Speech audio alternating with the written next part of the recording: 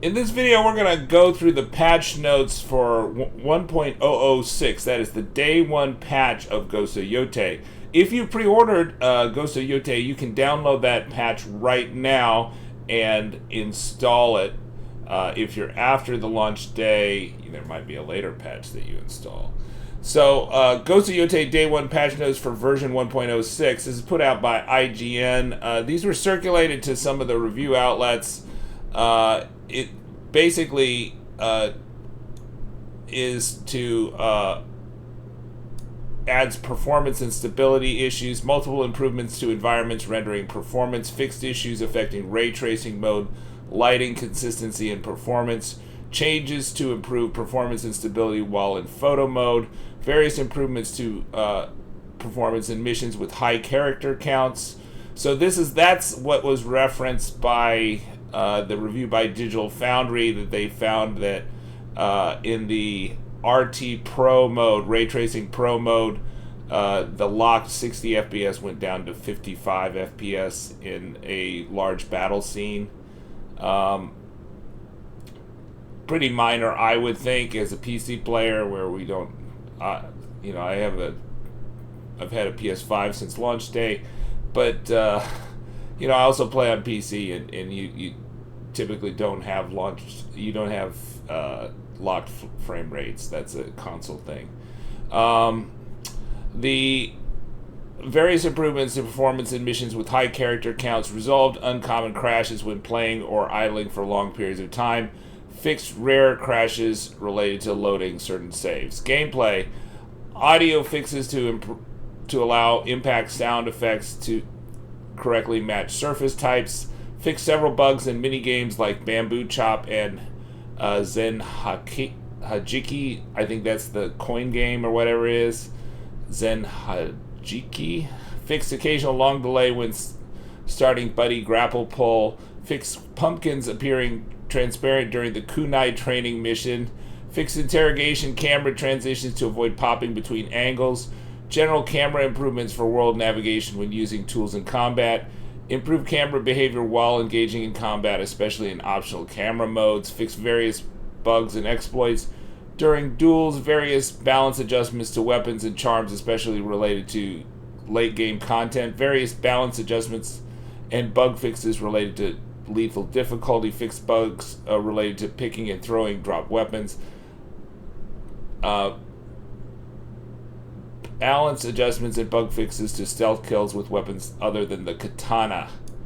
So yeah, I think in Ghost of Tsushima you always use the tanto for assassinations, but I don't think you necessarily are going to use that. I don't think there is a tanto in this game. There was the katana and the tanto. Those were the two melee weapons in Ghost of Tsushima, and now they have several melee weapons. And you can throw weapons, so you have a lot of weapons. Potentially you can throw your katanas, for example. They've got trailers about that. Fix bugs with missions dialogue being cut short due to player or NPC actions. Fix several bugs in missions that players could perceive as blocking progress. Various mission area improvements to help mission flow and easier navigation. Remove the ability to decapitate bounty capture targets. Fix a bug causing a standoff to select faraway enemies. Various adjustments and balance changes to wolf abilities, such as when fighting enemy leaders. Prevent systemic enemies from appearing when the player is following foxes. Added the ability for the player to open photo mode during certain stages when camping. Various economy and loot balance changes to common metals. Okay, so metals are going to be back in this game. We got, in the last game, it was iron and steel were the key metals, and gold for upgrades. It'll be interesting to know the upgrade system. I haven't really heard anything about that except to see that there's a coin game and there are coins in the game. So I don't know if they're going to have supplies as the currency as they did. It was kind of a not totally convertible currency in the first game. But anyways, I have tons of videos about farming supplies, steel, leather, silk, linen, predator hides. I put out a video 2.24. That's the most recent patch for Ghost of Tsushima.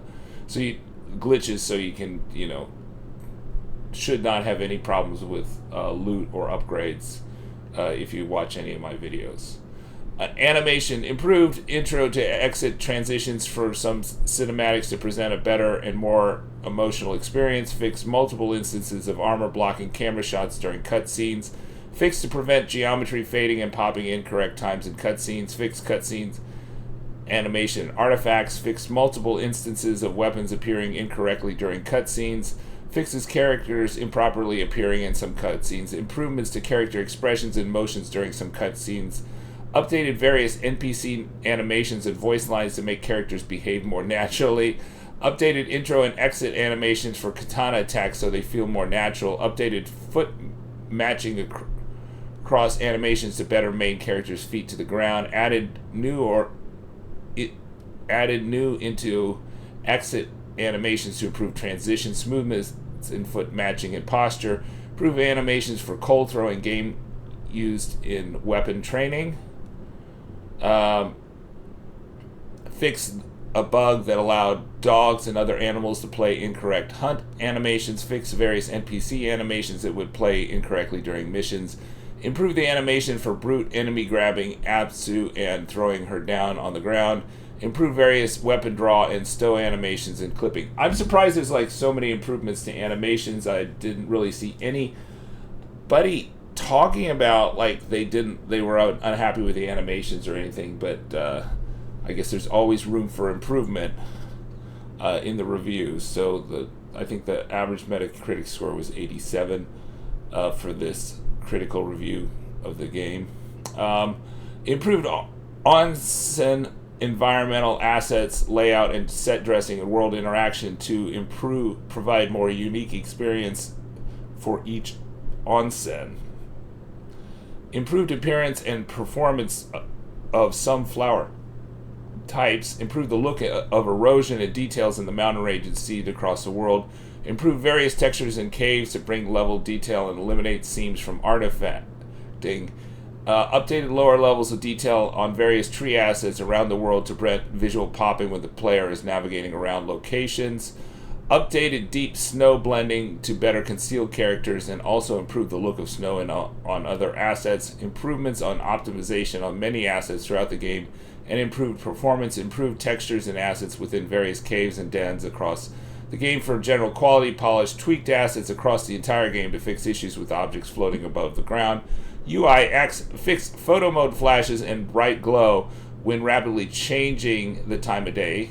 General improvements to photo mode UI and navigation. Fixed bugs in minigames related to alternate controller schemes. Fixed various bugs in the spyglass.